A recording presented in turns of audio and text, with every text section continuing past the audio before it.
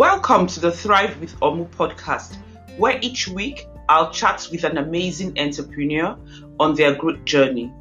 They'll be sharing this with us to help and encourage us to take that bold step. Hello, guys. It's another Friday, and I have with me here Drocella Mugorewera. Did I pronounce it right? Yes, you did. Awesome. She's a diversity, equity, and inclusion coach. She's an author. She's a mom. I'd let her take it from there. Drocella, please tell us a little bit about yourself.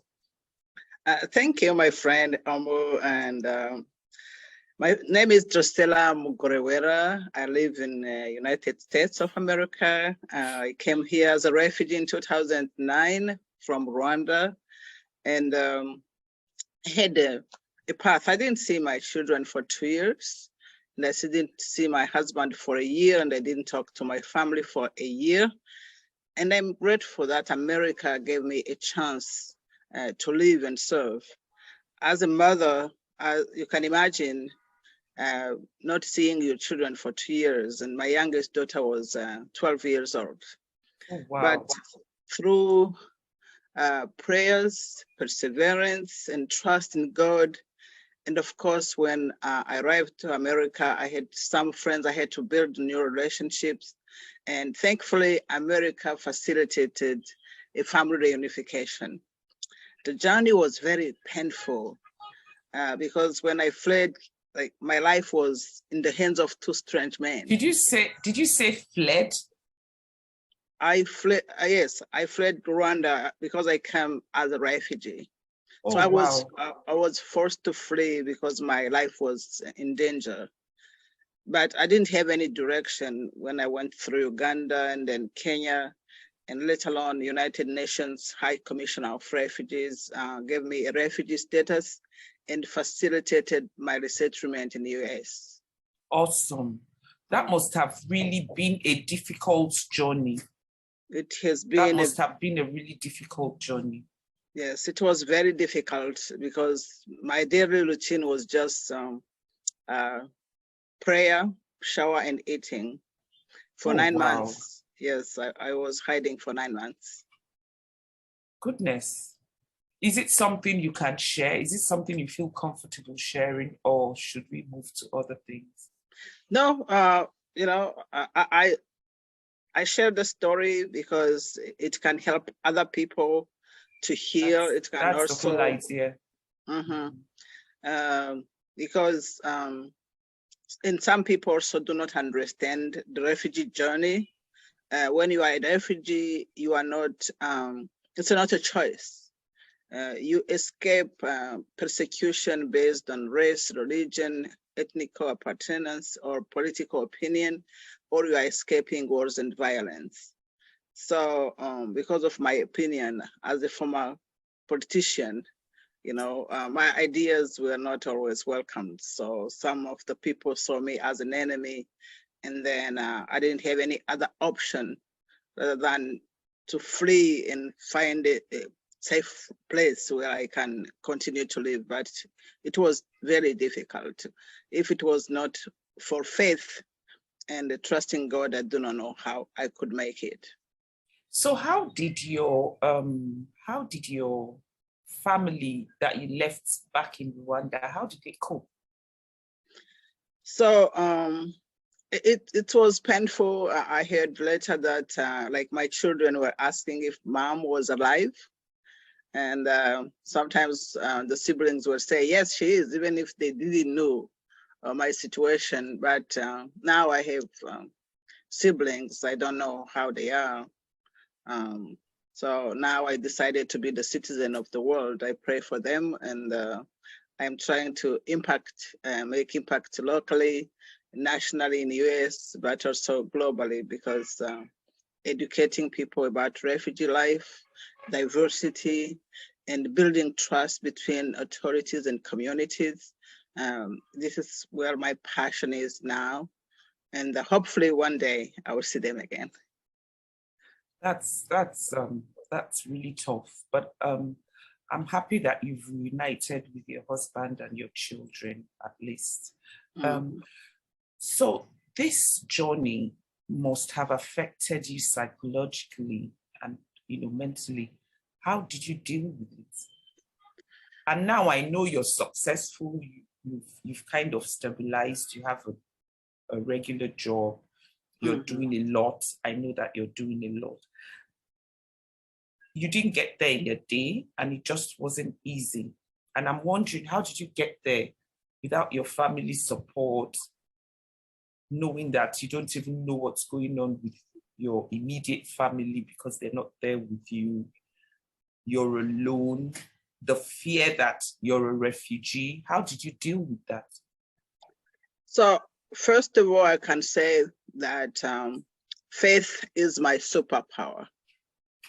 I was praying hard, and then I just surrendered to God, and I say, God, for example, I say, God, my children are yours before they become mine. My husband is yours before he became mine. So I surrendered, and I asked him to undo the nuts, which in the barriers and obstacles, so we can be reunited. When I got to America, it was not easy, even if I had experience as a former member of parliament and government. So my first job was like $6.55 an hour. I did accept it. It was shocked. I was shocked, but I said, I don't have another option. I have to be my own. Better than nothing. Yeah, I say I have to be my own rescuer. So besides living my faith, I also forgave the people who participated or contributed to my oppression. That is very important, forgiveness, because a lot of us live with bitterness, and then it causes us diseases that we don't know where it came from. Yeah. And then I built new relationships. So relationship building and networking is my second superpower. So I started to make new friends, and one of the friends I met who introduced me to the business world, my friend Sue Carney, I did meet her through network marketing. So, and then I continued to make many friends. Another thing that helped me was reading and investing in myself, because I have to learn about my community. I had to learn about the new culture, and that contributed a lot to the personal development and building trust in the community. So I had to learn new skills and taking some trainings, and here I am, including public speaking. Yeah. So what do you do? Okay, go on. I'm listening. Sorry to interrupt you. So after being executive director for Bridge Refugee Services, the agency that welcomed me in 2009, I led it for 6.5 years. And then I felt a bigger call to work with police department. You know the tension between the police and the minority communities.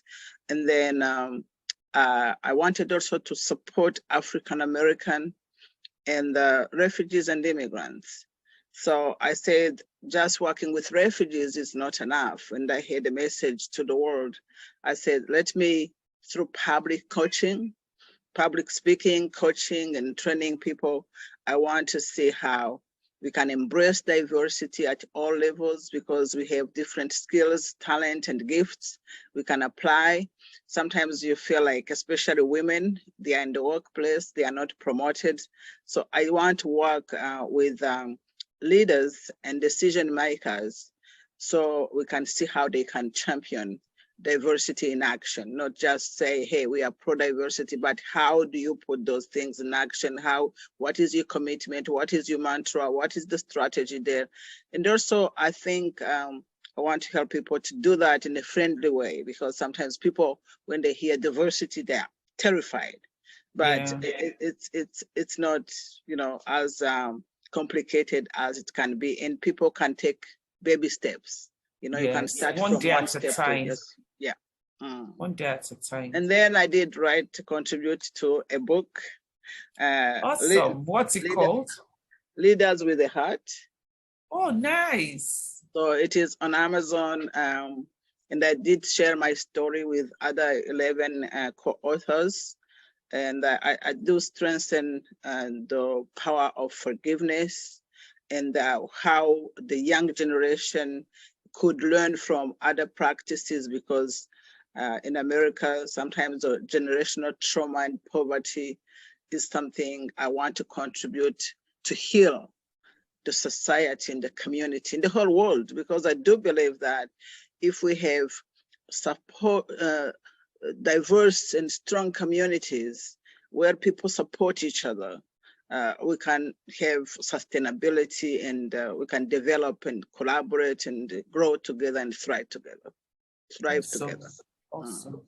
Can you, in a few sentences, tell us the refugees' journey? Because, you know, I hear about these refugees, even in the UK, it's a big thing about the refugees. They have the settlements and the accommodation for them.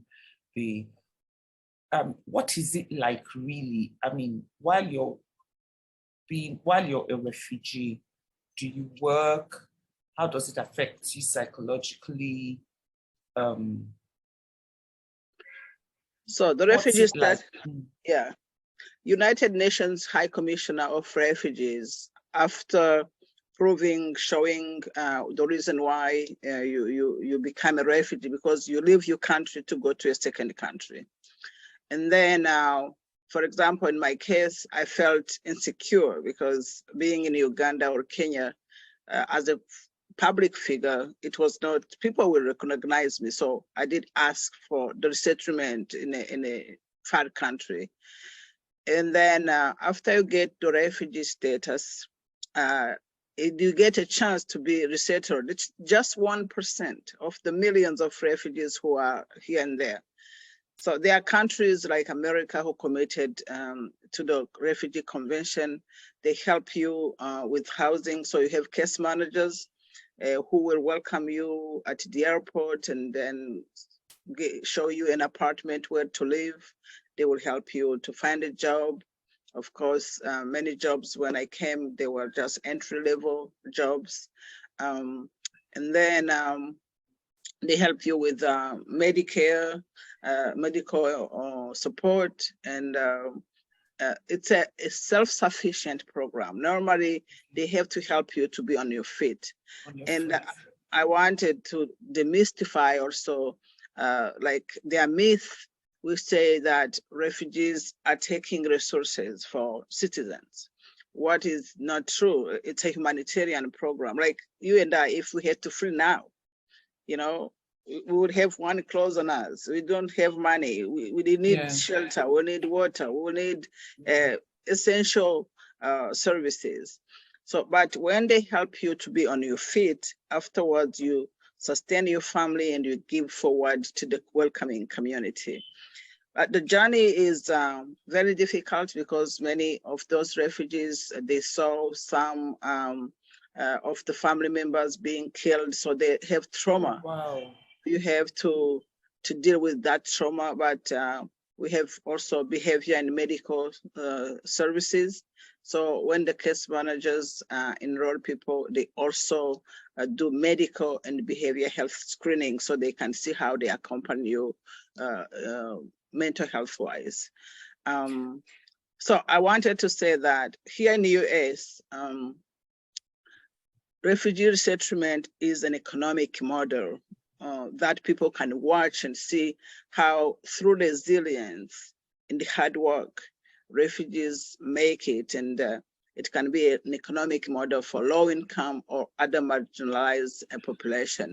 And we help them to learn the language as well. There are English as a second language opportunities. Okay. So tell me something. How did you feel going from being a member of parliament? Because I mean, I'm a Nigerian, I'm an African, I know what it is to be a member of parliament in Africa. How did it feel going from being a member of parliament to being a refugee? going from earning a certain amount of money, which definitely was not $6 something, less than $7 an hour, to earning less than $7 an hour. How did you cope with it mentally? So it was shocking, but also motivating, because I say, yes, now I am in a safe place where I can learn, where I can share my experience, because I did move from one level to another one. It took me 7 years, if I can tell, to feel like accepted and people trusting that I am capable to lead and to share my managerial skills. But I think it's a journey. And also what I do, I say, my why now is bigger than how I got here, because I can now make a global impact. I can just do, when I was in Rwanda, I was serving a small community. Now I can serve a lot. And I had a chance also to see the professionals and the other successful people. The struggle, everybody has a struggle. Absolutely. Everybody has a struggle. Absolutely. So, but how do we respond to that adversity? I would say that our adversity is our daily companion. So it was an experience, and now I'm seeing what I did get from that and what I learned from it and how it can serve. Yeah, it's easy. It's easy to see what you got from it when it's over. Now looking back, you can smile, you can be thankful about certain things. But at that point in time, you were going through it. What did you feel like? I was scared. I was disoriented. And I was also angry, because all the things and my dreams and losing everything you invested in for more than 40 years, leaving the cars behind and coming and going by feet in the cold weather, all those things. But God had in store many things through that suffering and hard journey. I know the miracles were at the other side, and I had to wait to meet them. And also I want to tell you that my dream as a parent, I wanted my children to go to college and graduate. And have they done that? Yes. When I fled, I didn't know that it will happen, but now they are independent professionals in different careers, and they are giving forward to this nation. So, awesome. That calls for celebration. Awesome. And if you're not comfortable about answering this, that's fine. Do you have plans of ever going back to Rwanda? I'm hopeful that one day I will go. I pray. Do you still feel scared, or is when you think of Rwanda now, how do you feel? Oh, okay, when you in the past, when you think of Rwanda, how did you feel? And now when you think of Rwanda, how do you feel? As I told you, I had to let things go. At the very beginning, before I forgave, of course, I was just angry. and I know people who made this happen. But after I forgave them, I feel, I have different ways of contributing to the well-being of people I may know who are there. Because you can build relationship, you can educate people about that country, because I do still, it's my motherland. I have to love it, and to, sometimes we listen to the news and you can see how the development is, what are the challenges there, but mostly I focus on here. I focus on what I do now. So if I hear you correctly, forgiveness really played a major role in your healing. Yes. I agree with you. A lot of us are not able to, even when we think we've forgiven, and we remember the person or the situation, it all comes back. The anger, the resentment, everything comes back. So you don't feel that anymore. I don't feel that anymore. I happen to separate the people from evil doing. So I say, God, how come this happened? You know, if there are false allegation and things like that, so what did they gain? You know, at the end of the day, they didn't gain anything. So I happen to understand that we are all good, but evil is making us being bad people sometimes. So I let it go, and I forgave those ones who are alive or who are deceased, and I don't have any resentment against them, and I publicly forgive them. So if somebody Oh, really? who How did you do that?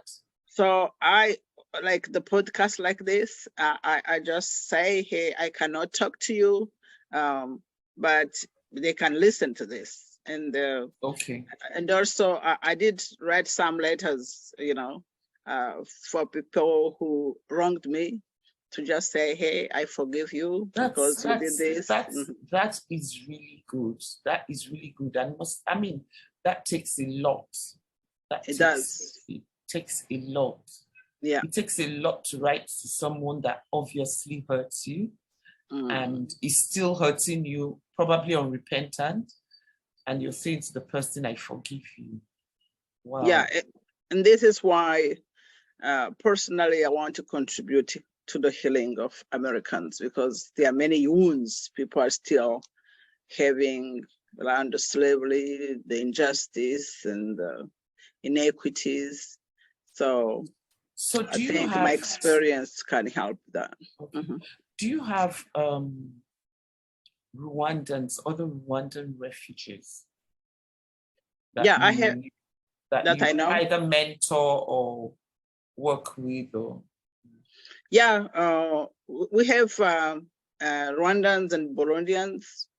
Yeah, I mentor them locally and I help them to connect to the community, but also to show them the way they can integrate and be successful.